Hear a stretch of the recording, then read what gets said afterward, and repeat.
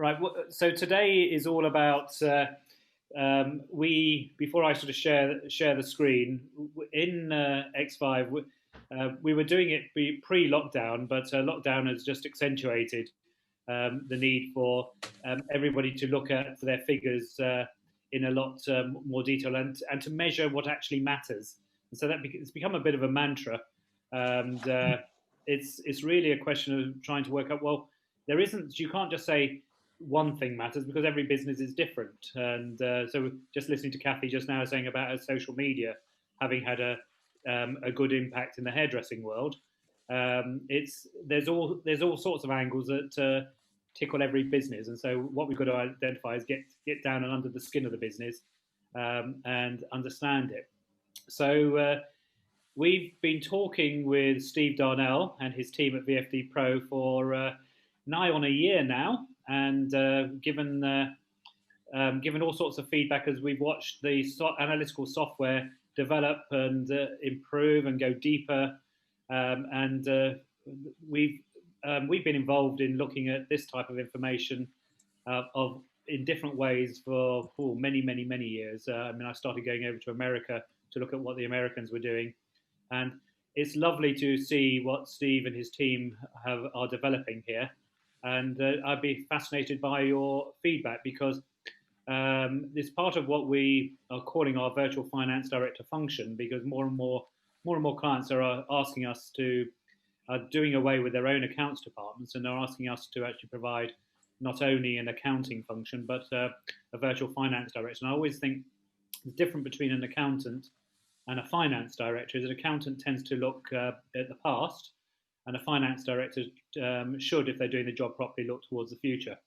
And so, in order, that's all very well for us talking about that, but we need to have the tools because some of the work to delve down into figures can be quite time consuming, to put it mildly. So it's lovely to have been working with Steve and looking at the information that we're now delving down to. And so I'm going to put everybody on mute, but please feel free at any time to unmute and to dive in, because it's an interactive session. But what we want to do is just show you what we think matters in terms of measuring what matters, in terms of what management information is, as opposed to what management accounts is.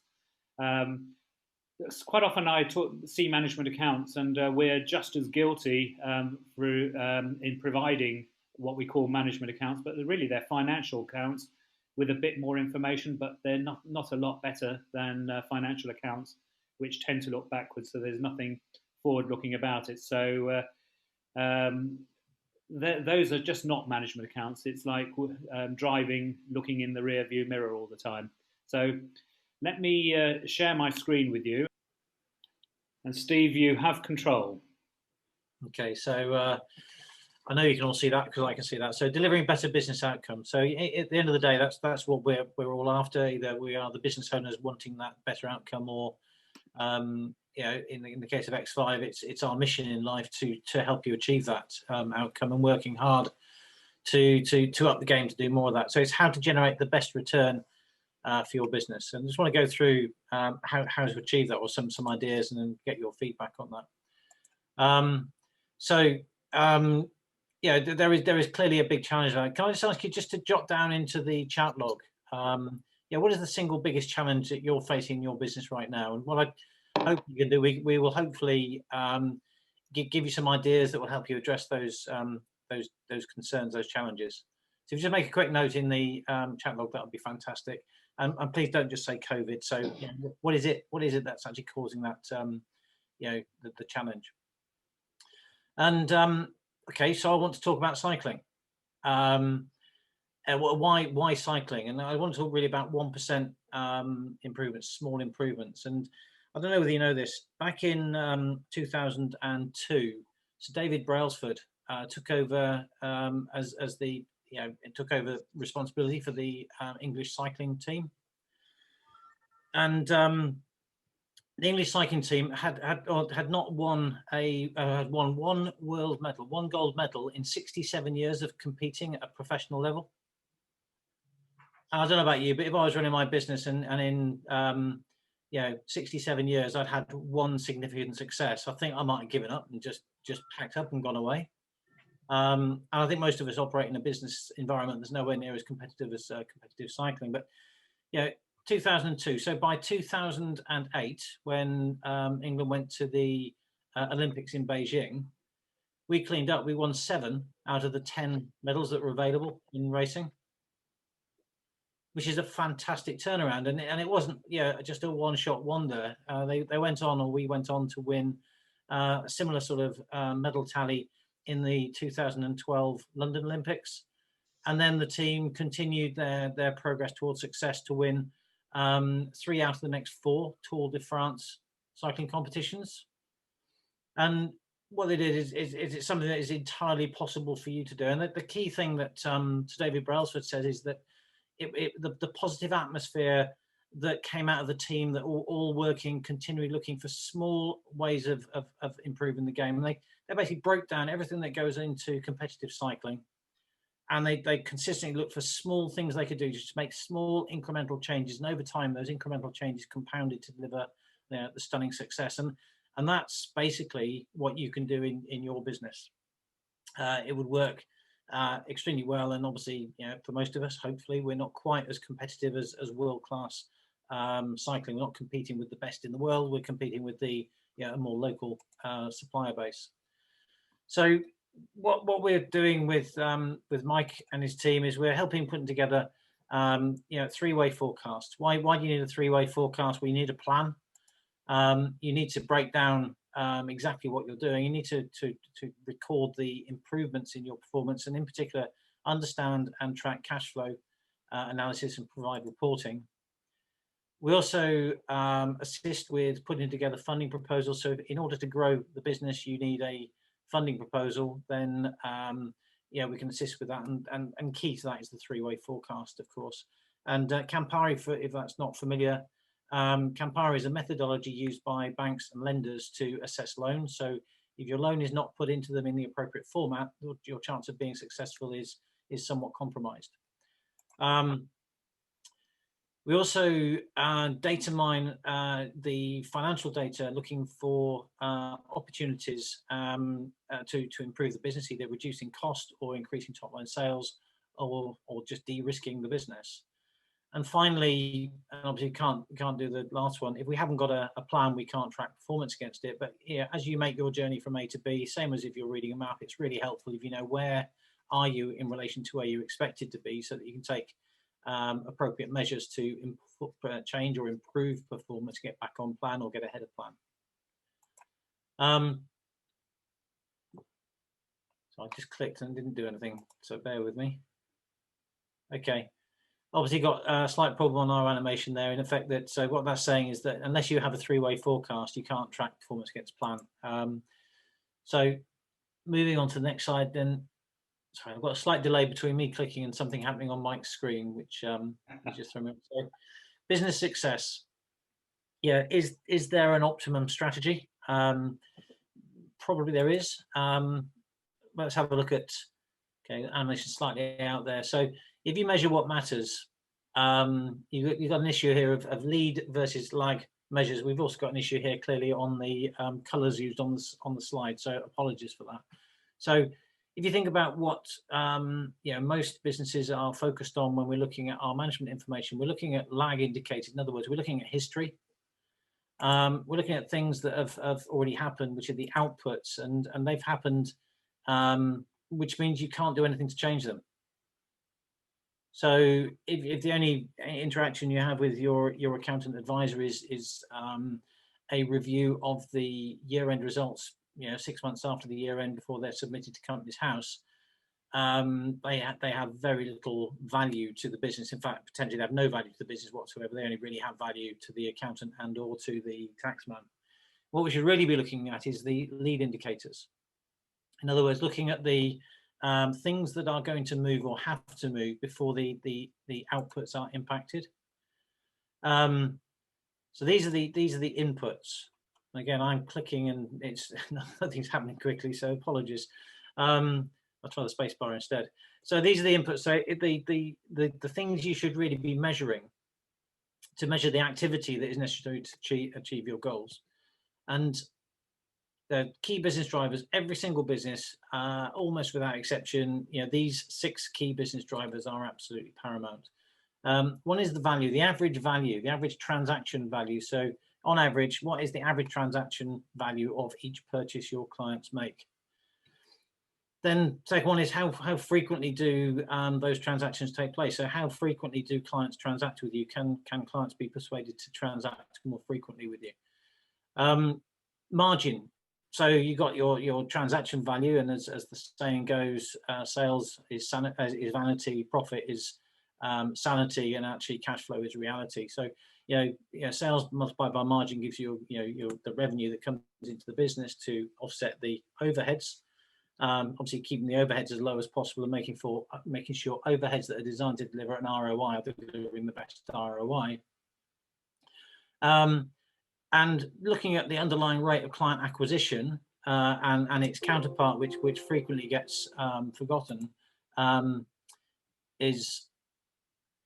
So Mike, can I if I start just saying next slide, please, because for some reason this doesn't seem to want to play. So acquisition and retention.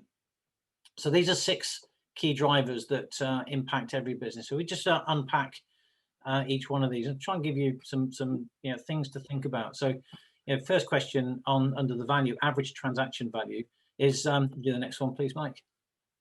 Is what is your average transaction value? Do you actually know what your average transaction value is? And once you know it and record it and just put it in front of you each month, that inevitably leads to the question that you could ask of you and the rest of your team is, what could we do to increase that transaction value? And that alone, just doing that on a regular basis, will have a dramatic impact on coming up with ideas and strategies you can use to improve the average transaction value. Some questions: do you offer bundles to increase sales and profits? And an example of how you might use a bundle and when to try and make a sale is psychologically, before we've made the purchase decision, all our defenses are up. Or put that another way, when we are transacting with a client or a potential client, up until the point that they conclude the deal and shake the hand and you agree to do the business, all their defenses are up. And okay, when's the best time to actually try and make an upsell? Well, frequently it's after the deal has been done or after the main deal has been done. And if you think about this as an example for a car showroom, I dare say we've all been to a car showroom. The car is very expensive, and the margins on a vehicle are wafer thin. However, once the deal's been done, that would be the right time for the car salesman to actually try to sell you the mats, because if they try and sell you the mats before you've done the deal, you're going to want the mats thrown in as part of the deal. But once the deal's been done, if they can sell the mats, you can bet your bottom dollar those mats are on about a 200-300% gross margin. So they'll make a lot of profit, relatively speaking. That would significantly increase the transaction value and actually also the margin, which we'll come to in a minute.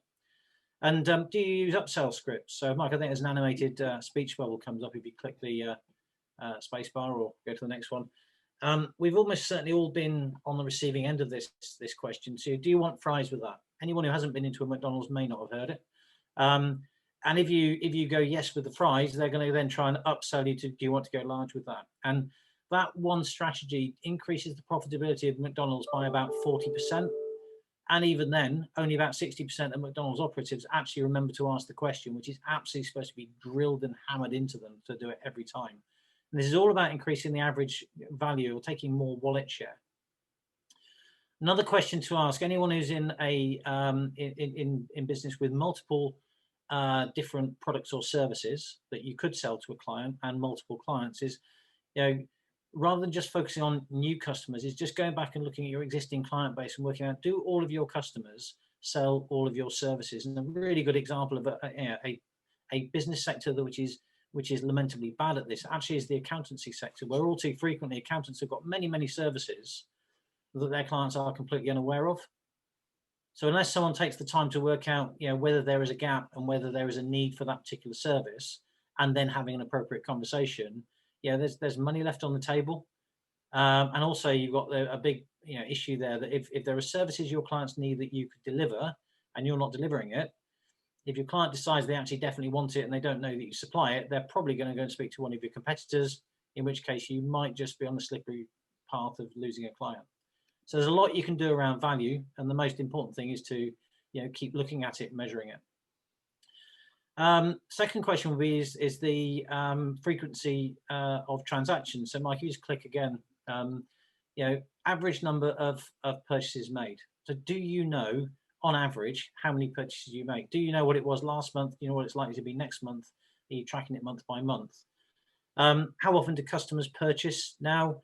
How often could they purchase? So again, once you've got a number and you're looking at it on a regular basis, then the rest of your team could be starting to ask yourself questions: is what could we do? How could we persuade our clients to purchase more frequently? And as soon as you start asking the questions, ideas will come into the frame. Some of them will be rubbish and won't work, but many of them will work. So key thing there is you need to be measuring this, and it's not part of a standard set of management accounts.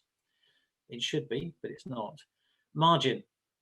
So you should know this one. So obviously there are two margins here. There's the gross margin that you make on each sale, the net margin you make net. So do you track, do you record on a monthly basis your net and gross margins? And once again, as soon as you start looking at, thinking about the numbers that you'd like to move in the right direction, ideas will come into play. So how could you increase gross margins? And key here, especially in difficult times, what's a typical discount? You're all on mute. So Mike, what's a typical discount, Mike? A typical discount, 10%. Sometimes I even see 15%. Okay. And a reason why people go with 10% is because we're all very lazy and we're all humans, and none of us are necessarily good mathematicians unless we're an accountant. And 10% is easy to work out. But look at the catastrophic impact of discounting. So take a business that sells an average product at £100. If their cost of goods is 70, their gross margin in pounds is 30, their gross margin percentage is 30%. You can see here by giving a 10% discount, ostensibly just to give the sales team the ability to close the deal, or maybe we think discounting will actually increase the volumes. That 10% discount significantly reduces the margin by more than 10%. You're down to 22% margin being realized on each transaction. And likewise, actually, the other way to go, or maybe the way to go, is to increase prices by 10%, because that has a significant impact on the gross margin realized on each sale. Now, we look at that in relation to a business that sells, say, 500 of these per month. So sales of £600,000, cost of goods will be £420,000, gross margin 180. So knock off the overheads at 140. That would generate a net profit of £40,000 or 7%. As you can see, the impact of discounting by 10%, we're reducing the sales down to 540. Cost of goods are still 420. Gross margin is now reduced to 120, but the overheads are also still 140. So at this stage, just by giving a 10% discount in this scenario, our net profits flip negative into minus £20,000. So, if that was my business and I was looking to pay myself, 10 grand a year just on the minimum through PAYE and take a 40k dividend, well, I've got a problem now. I've got a serious problem. I can't take my dividend, and the answer is, can I actually survive on 10 grand? Difficult. 10% price rise. Conversely, there our sales are up to 660. Overheads still the same. I'm generating more gross margin. My net profit is now of 100,000. That's a much more comfortable position, because now I can potentially be paying myself 110. And as you see, the impact of that discounting is quite huge. So hopefully that's a value. Another way of looking at this, hammering this particular point, because it is so important, is if we look at a business, same sort of business here. So if our gross margin at present is 30% gross, and we were to reduce our price by 10%, by how much would we need to increase sales just to stand still? And the answer in this case, you have to increase total sales volume by 50% just to generate the same net margin. And it's just not going to happen. It's just not going to happen. Unless something spectacular happens.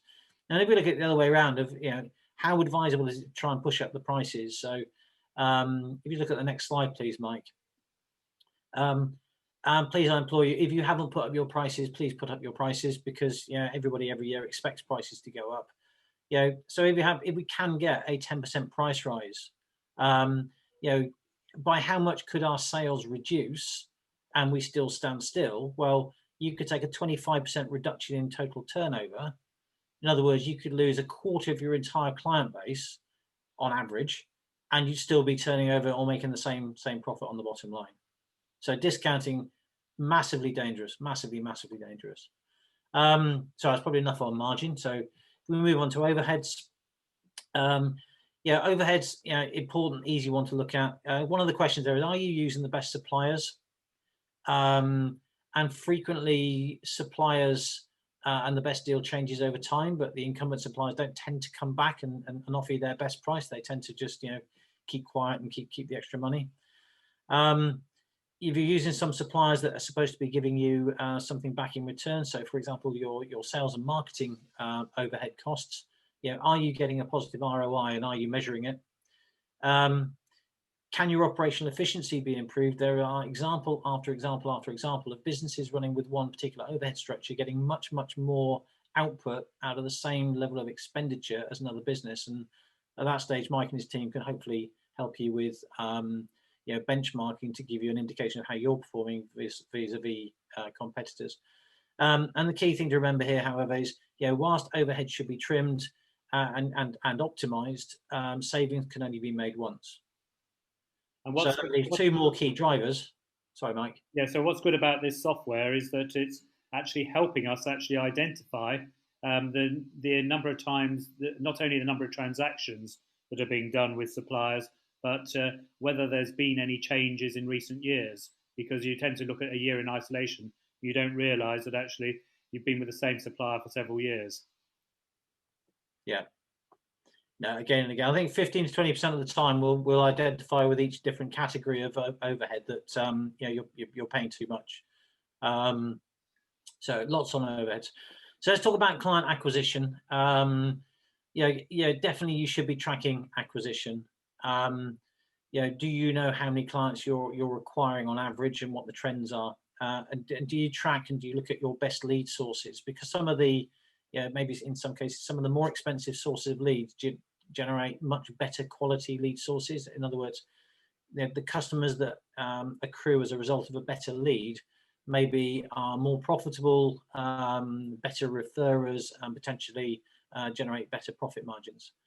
And related to that is how much should you actually be investing in generating leads? And that needs to be looked at in terms of the total cost of acquiring the clients and making the sales with the lifetime customer value. So again, really ideally you'd be tracking your lifetime customer value.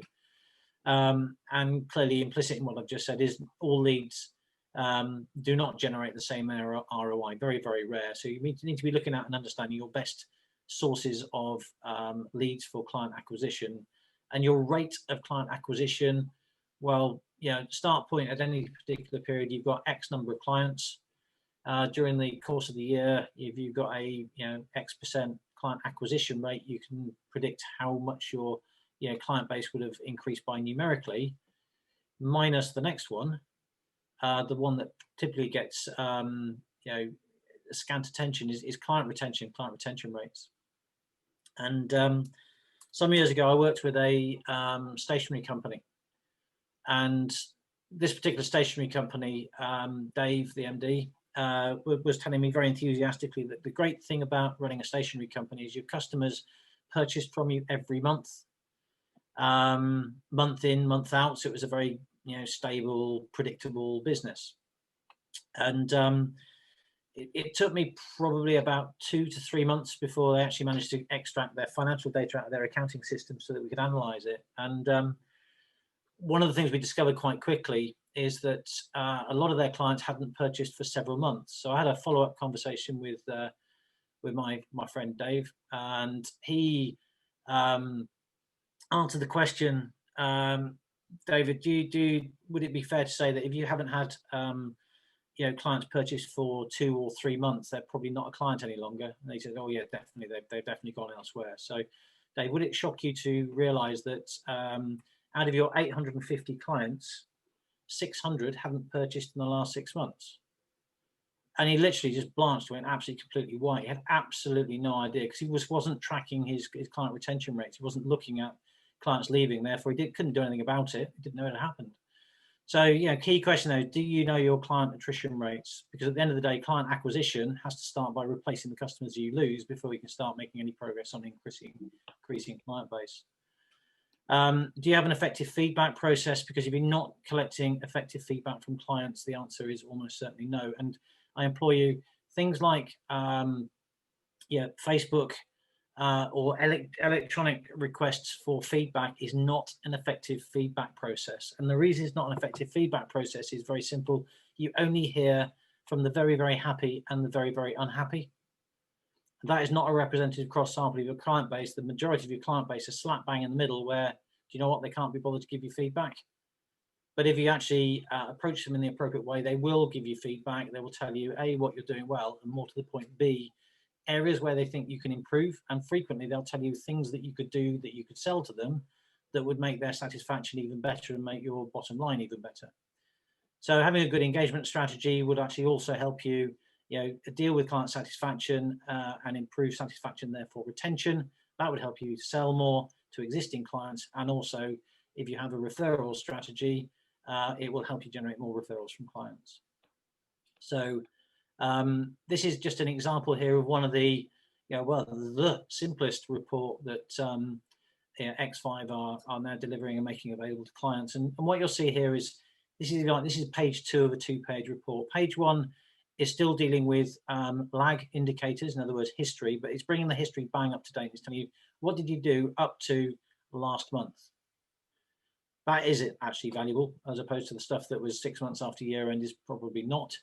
But now on the page 2, what we're looking at is some of the key drivers that is driving the top line. So if you think of this, you can see here for this particular business, we're comparing the last 12 months with the preceding 12 months. So you've got total transactions there have increased in this case from 4,141 to 4,360. So because it's a positive movement, I've got a green tick, and you can see next to it the positive impact of increasing the number of transactions should have increased turnover by £50,000, all things being equal, so taking averages. However, the other variable that's moving here is the average transaction value. So this particular business, I don't know why, I don't know the business in this instance, but they've allowed their average transaction value to slip slightly through discounting, putting the prices up, or it could be nothing they could do about it. It could just be due to product mix or changing client profile, whatever. But their average transaction value has reduced. Hence the red cross, and the negative movement in the transaction value has actually adversely impacted sales to the tune of 52. So actually, one's written off the other, and we've actually gone back with this business from 1,000,003 back to 1,000,001. That, if you like, is a bit of a snapshot. It's giving an underlying trend on the transactions and the average transaction value. And if we think about the total transactions, that's a function of how many clients are actually transacting with us.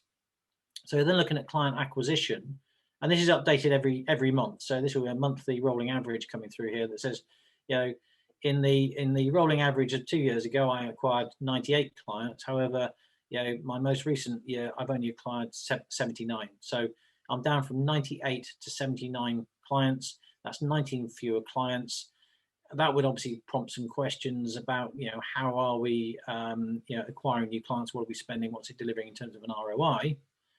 But you can see there, I've got a trend there, and an indication of what's that cost this particular business. So 19 fewer customers, all other things being equal, has adversely affected turnover to the tune of 108k. So had I only acquired clients as well this year as I did last year, this business would have gone up by 108k. So that's just over 10% increase in total sales. And then the other side of this is the retention rate, so acquisition and retention. You can see here that second to last row, retention rate. 2 years ago, we retained 55.2% of our clients. That's reduced now to 51.1%. The difference between those two with rounding is 4 or 4.2%. So that bottom right-hand figure, that 44.6k negative, that's just the total sales that I did not enjoy going through my books, because I've got 4.2% less or fewer clients due to attrition or reduction in retention rate over the course of the period. So just jotting up those now, we know where to focus. I've got 108 plus 44 plus 52, nearly £200,000 worth of sales that have just slipped between our fingers here. And this business should have turned over 1.2 million. Interestingly, that would have doubled their turnover, even though it's only 20% lift in terms of sales. So one of the things that Mike and his team would very happily do with you is go through an exercise of just understanding what your actual figures are and then projecting forward the underlying trends. So you see here this quite small on the screen, but the new customer growth rate there for this example, this is a real business, by the way. Looking at their actuals, they had a 19% negative movement in the number of customers acquired. If that current trend on customer acquisition is projected forwards, we'd see that would that would have an impact on number of customers at the top. And if you just click next, I think the next animation brings up the total there. So just go back one, could you, Mike? So driven by the fact that I've got a negative trend in terms of customer acquisition and a negative trend in terms of customer retention, if both of those trends continue, the number of clients that this business services could catastrophically decline. And if you see the profits line there, then in effect, there is no business in 2 to 3 years. That would be a disastrous scenario. Clearly, the trend needs to be moved to improve it. So if you get it back to zero, so we repeat next year what we did last year. That's the next one, Mike. So just repeating last year's performance, if you look at the top 3 lines, you've got the new customers acquired, existing customers, and then total customers. Your total customers there is being depressed by customers lost. So this business, even if they just repeat what they did last year, each year they're actually netting slightly more customers lost than gained each year. So this company is still going to go backwards. It's not catastrophic, but in order to do this, we've got to make a change. We can't just keep running the business as usual. So whilst you're at it making a change, strong recommendation here, why not make a change that actually flips these key drivers into the positive?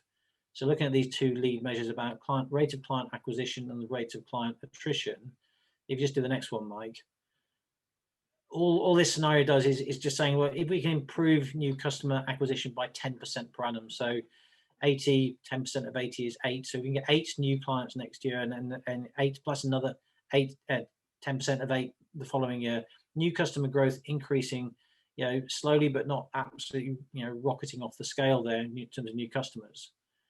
Probably got quite a optimistic target here of retaining not just 51% of clients, but by the end of 5 years, retaining 80% of clients. Just a quick question on the 80%. The average rate of client attrition in the UK runs between 15 and 20% per annum. So that's the average for industries. In fact, that percentage is a quoted rate for accountancy practices. So an 80% client retention rate is still at the poor end of the margin. So it's a very achievable figure. But this business, basically, its profit would go through the roof if it did that. Thank you, Mike. So that's just those 6 key business drivers, which I would suggest to anybody who wants to get control of the business. You ought to be looking at those on a regular basis. We're looking at them with the team, asking the team to start thinking about what can you do to positively influence each of these key drivers, and give everybody a task wherever possible to actually be doing something constructive, positive, to move them in the right direction. And I think the point there, Steve, is that we know that as business owners that we have to look at this issue, but knowing it and actually having the raw data like you've just shown in terms of the average number of transactions, the value per transaction, the average number of clients retained, etc. Having the raw material looking at you month by month, that's real management information, because you're getting the right information at the right time to allow you to make the right decisions at the right time, rather than looking at something a year later or 6 months later and say, why is that slipped? And I think that's the key to what we've seen by looking at this analysis that's coming through from this software. Yeah, So is this making this part of your management pack, and reviewing that management pack every month, and having plans and strategies every month to just do something to actually move these key performance indicators in the right direction. So recommend that. Well, go on, Mike, you can do this one. Well, so what we say is, always start with the end in mind. So one of the things I'd love to be able to do, and it would be really arrogant and I'd never get away with it, I'd say I only want to deal with clients who've actually got a plan, because I get really frustrated the number of businesses that work without preparing a plan. And I know some of you on this call will be totally surprised by that, but it's astonishing. Actually, some really big businesses will actually exist basically because they've got loads of money in the bank and they haven't got a detailed plan.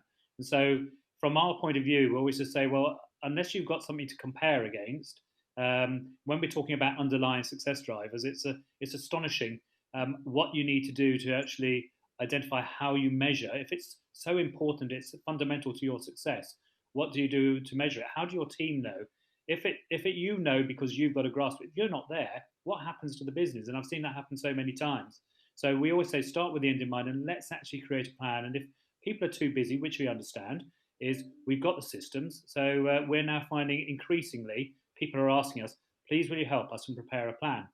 Even with the C-bills loans, we're finding the banks are lending businesses money on plans that don't actually add up. They haven't actually checked the things. The things don't add up. I'm astonished. People have been getting 250,000 loans on plans. 50,000 neither here nor there, but 250,000 loans on forecasts that don't even add up. So we really do think it's important. So start with the end in mind. So you then identify by looking at the blueprint that Steve's just talking about, the fundamentals that we know about any business. We look at those key drivers and say, well, what are the areas? Is it feasible that we could increase our number of customers by 10%? Is it feasible that we could increase our margins by 1% or by 2% or whatever the figure is? And it allows us to do it. I just did a morning, one of our BBFs, our business breakfasts, and I showed the impact of one of the forecast tools that we use here. Just by moving something by 1% and not actually losing your clients, suddenly the profits were transformed by year 5, just by that small incremental change. So we were saying, using David Brailsford's exercise, I use Jan Carlson from SAS, where he sort of says, I'd rather have 1% improvement in 100 areas rather than 100% improvement in one crucial area. And we try and look at it that way and just find those incremental changes. And once you identify that, you can do the what if, and you can create your forecast for success. And then you've got a plan against which, when the figures come through, you can say, well, is that what we're expecting? If it's not, why is it? Was our forecast wrong? Have we done something wrong? Have we analysed it incorrectly? Do we need to change our forecast, or do we need to have to implement our plan better or differently? And it's fundamental. We all know it. Those of you on the call running your businesses, you all know it makes sense, but making sense doesn't mean it's practiced commonly. It's astonishing. It is not common sense that is applied. So that's really where we come into it and just say, well, what can we do to help? And when we were talking with Steve, we say, look, this is not a question of selling. This is a question of inviting people to buy. So it's just additional support. We'll carry on. We're heavily getting into Xero, into QuickBooks, to Sage for people who still retain Sage. But we will make sure that the fundamentals are there. Let's have a forecast, even if it's prepared on a spreadsheet, on Excel, where you've got your own type of forecast. That's fine. But let's make sure we have a plan. And then at least we can then say, have the question, say, well, we've got the milestones set in the stand where we can compare. And then once we've got there to compare, we can monitor it and we can manage it. So it's pretty fundamental. And I know, where businesses have got FDs, they get that information, but so many businesses do not have this raw material to be able to do it. So on the basis, we just say, well, we'll always try and deliver more than expected. We're looking to offer a whole load of weekly courses. So this is just one of them. And then if you see on our website, you'll see all these other courses, as well as we're going to be shortly offering Xero training, receipt bank training or familiarization, QuickBooks, various other software tools. So, but these are the ones that are geared more towards identifying profit. So Steve was talking about utilities and overheads. So last week we had Gerard Duggan talking about the easier way. About 80% of us apparently willingly pay too much on utilities, simply because we're too busy and we don't know where to start in terms of just saving that money. And he just showed at no cost to our clients that all our clients have used it, have actually come back with a benefit. So, which is fantastic. So that was the one that we had this. Number 7 is what we're doing today, the system report overview, how the service can actually help you be more successful. So that's what we're offering as a service, not trying to sell. And I'd just be fascinated to hear from you now and tell us what you like, what feedback can you give us, tell us what you don't like, so that we can learn from you. So please unmute yourselves and let us know.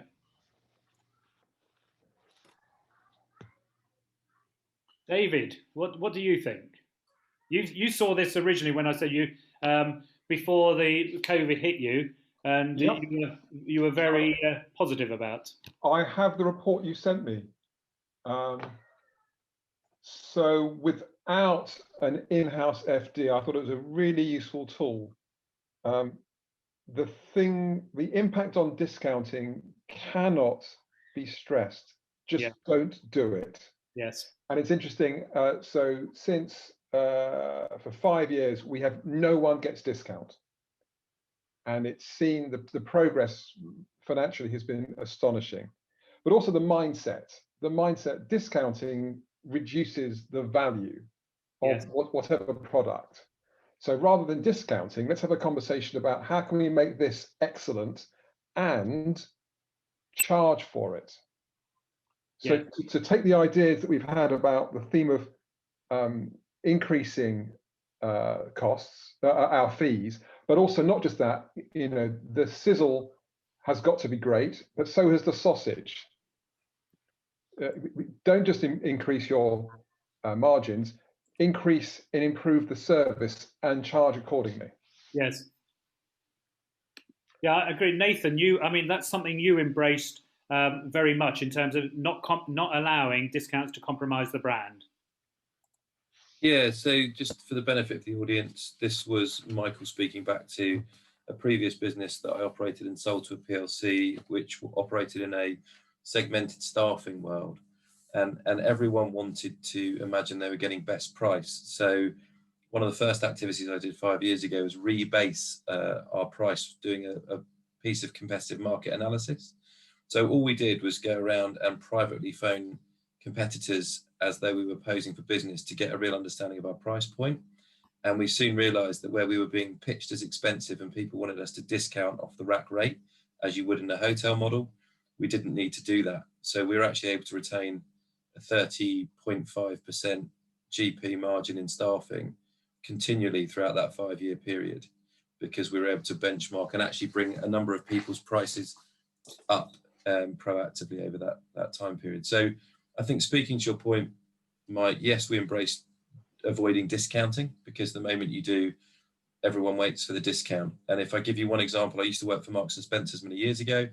We sold the same volume of furniture year on year on year. When they introduced bank holiday weekend furniture sales, we sold the same volume of furniture that we did in the year, but most people migrated to bank holidays and we lost revenue. And that has taken Marks and Spencer's 15 years to undo. Yeah. It is I always just say discount is a swear word, and I always think you can agree a special price, but never give a discount. If you give a discount, you always have to give a discount, because I think that's true. Our usual discount. Yeah, I think that's true. Now, just moving across, I guess, while I've got the chance of speaking to Steve's presentation. Yes. There's a couple of points in there, Steve, that I think that you made that were massively relevant. And just to echo them, business retention was something that in my time working at Compass Group, it was the now sadly late CEO's mantra, a guy called Richard Cousins, you can look him up, tragically passed away a few years ago in an airplane accident in Australia. It was quite hit the news. But I got to individually meet him, and his whole business premise was based around 3 business objectives, and it was retention, retention, and retention. They took up all 3 of the company's top 3 priorities. because without that, he had to go and spend more money per head in marketing to recoup the client base. Now, that said, he used the bit that I want to get to is the management information you're talking about, Steve, is very good. The trick I've always struggled with in business is getting the operators to take the management information and find the one single action. I call it ATI, action to invoice, the one thing that would generate more money. Yeah. Now, in the case of the retention model, Richard Cousins asked the whole of the American business. Now, just to give you some scary numbers, the business turned over 8 billion and it had a 75% retention ratio across the US market. So you can quickly start to do the numbers in your head. So they were losing 25% of 8 billion in theory. Imagine going to try and find your sales number is 2 billion replacement every year. So Richard Cousins of Compass took everyone in the United States business, every single employee, through a project run by a guy. You can look him up. He's still alive today. Very good. He owns the registered trademark of the sales funnel. So if you ever use the word sales funnel, you owe Ray Leone money. Just be warned. I've met Ray. What he did was he devised a program where everyone in Compass had a client retention meeting on a regulated basis. And all they did was ask one question, but they could ask it up to 5 times. And it's witty. What's important to you? To drive that out, it is what is your business critical issue in the next 3 months, 6 months, 12 months? And as long as you could find that question, you could then find the answer. If I reduce your pain by answering the what's important to you question, can you find a reason we can't continue to do business together? And you end up retaining through resolution. They moved the 75% retention to 94 in 1 year. So they generated 1.6 billion principally that they didn't have to go and find. So if I could ever say retention as a key, it's vital. And I think if the management information you're suggesting on providing, if put to use and found, put to use in finding your action, it adds material future value. That's great feedback, because again, it just depends on how the information is fed into the accounts recording system. So I always just say to our team, it's important that we actively encourage transactions to be posted individually, because otherwise this raw material is just not available to us. And so sometimes when we get transactions bundled together and posted en masse, it's losing a massive opportunity to actually analyze and have the system produce the data for us, that we'd have to actually delve down deeper. I just see Cliff is on the there. So Cliff actually has written a great book about how to buy and prepare businesses for sale. Cliff, do you any feedback on the information? Because I know you're working with Mark Walker on producing a detailed report for clients who are looking to prepare their business for sale. Any comments on what you just heard?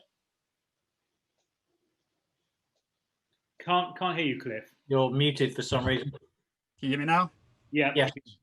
I think it's vitally important. It's all about working smarter rather than harder, and pick the low-hanging fruit. So by targeting your current customer base, that is a lot easier than having to go out and get new clients. In terms of cash flow, that again impacts cash flow and kind of wastage and overhead within the business.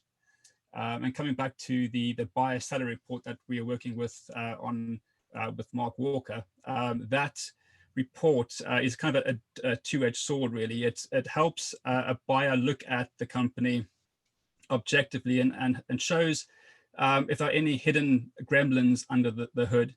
But at the same time, it will help a business owner look at their company the same way a buyer would. And it will help them look at their company and see what they need to improve upon and what investors kind of look for. So they're kind of a benchmark for an owner, how they can kind of grow and develop the business so they can exit successfully at whatever point they choose. Okay, that's really interesting. The reason why I asked you, Cliff, I'm glad you said it that way. Last night, one of our clients in our battle office is in the middle of actually not selling completely, but he's selling the majority of his shares and having somebody else joining him. So as he retires and he just leaves a piece in for the journey. But I just sent him the basic business overview report and I said, look, I know your accounts aren't finalised, they were up to September, but I said, I've just produced this little report and I'm just fascinated in your feedback. And he just phoned me up within 5 minutes and he just said, I've only had 5 minutes to look at it, but this is gold dust. He says, my investor is going to be fascinated with this information. It is so valuable, which is to say exactly what you've just said. And that's just the business overview report without going into the customer analysis, without going into the overhead analysis. So it was a really valuable feedback. I think the report that you get from the VFD is just outstanding. The granular information you get, you can make changes on the fly, and it's real life and up to date information, not a year old. So as if the problems that you now see are ingrained, you can do something about them right now. Right, fantastic. Anybody else got anything to add? I'm conscious of everybody's time. Just a comment. So the comments that went into the chat log earlier, it looks like most of the comments relate to strategic growth, client engagement, which is about customers, and there's comments there about stretch for time and lack of resources. So clearly, anything that can give you some time back or make tasks easier, faster to implement. Can I just share a story with you? At a point in my career, I took over about a 3 million turnover manufacturing business. At a time when the management team, we used to having a cup of coffee on a Monday morning just to review with the directors what had happened in the previous week and what was going to happen in the forthcoming week. Without fail, it then crept into lunchtime, and back in the day, this is back in the late 90s, we'd go for lunch and come back. That was every single week. I'd lost most of my Monday every single week to these bloody management meetings. And I took over as MD of that company, and at the time I had a part-time FD came in with me because my financial knowledge was not where I wanted it to be. And it took us probably 3 to 4 months to put together a robust management pack that had all the key information that we needed to run the business. Well, what that gave us back effectively was, our management meetings, they reduced. We still had our cup of coffee, which was just a chat, what happened last week, what's happening next week, and we'd be out in half an hour. More importantly, our proper management meeting then took place monthly, and that management meeting took no more than 45 minutes. And it was massively more detailed than our half-long day sessions on the Mondays. So the effective management meetings and effective management information can be massively beneficial. And I'll pick up 110% on what Nathan was saying earlier about getting the team focused on their particular contribution to achieving the overall goals of the business. Yeah. It's also interesting to note that we sold that business in 2000, about 3 years after I took over, very successfully. And we got complimented at the end of the process by the company that acquired us. I worked with them for 3 years. They said it was the most efficiently run business with the best management information and the most painless acquisition they'd ever gone through. So your management information, can be massively beneficial, not just to the easing up of time and growing the top line figures, but also be very beneficial when it comes to the exit point of making it very easy to go through that sales process. And the retentions that we had to put into escrow, we got all of that back out. So nothing was actually pulled back from the exit as well. So hopefully that adds value. And kind of, Kathy, those who joined us later on didn't hear the conversation earlier on. So Kathy, from the hairdressing world, was saying how she's learned a lesson recently in terms that she's doing really well, but it's all to do with her pricing. And it just, Kathy, I hope the conversation about discounting echo, because your accountant many years ago said that you were selling your services far too cheap. I know, and it's taken me this long to, and probably COVID did me a favour and taking the time out to actually look at this and study and realise it, So the whole average transaction value, I get all that, and realising what our time is worth as a professional. And holding your gun. I mean, at the moment it's quiet, and the temptation to discount just getting your clients in is still strong. But you're like, no, we add value rather than discounting. We're adding value to our services, and I'm determined to stick to it. I'm not going to sell myself short for anyone. There's a huge amount of competition around here, but we're holding our own, and I'm not going to discount. I'm not I'm not working for small sums of money anymore. That's and we're good. still reasonable. We're still reasonable. That's great, because I know you're not quite the Louis Vuitton brand yet, but you know, I only found out that Louis Vuitton never ever have a sale, and they will never give away their goods. They will rather destroy them than sell them at undervalue. Yeah. So you know, I can see you're an aspiring Louis Vuitton of the hairdressing. No, never that. I'm not that ambitious. I just wanna... Okay, everybody. Well, conscious of the time, so asked you to invest an hour of your time. So thank you very much. It was a quick whiz through. If there's anybody else got anything burning to say, please do share. But otherwise, I look to release you. I'll take the recording of this, put it on our website, so if anybody wants to revisit it. Sorry for the gremlins between Derbyshire and Eastbourne. There was obviously a time delay on the clicking, so it was quite good trying to anticipate what Steve was going to do next. So thank you, Steve, for sharing your time, and thank you for what you're doing and helping develop this software even more and continuing to develop it. So goodbye, everybody. Thank you very much, and please do let's have any comments afterwards. Thank you. Thank you, Mike. Good to see you. Everybody. Be well. Bye. Okay. Good luck, everybody. Dave,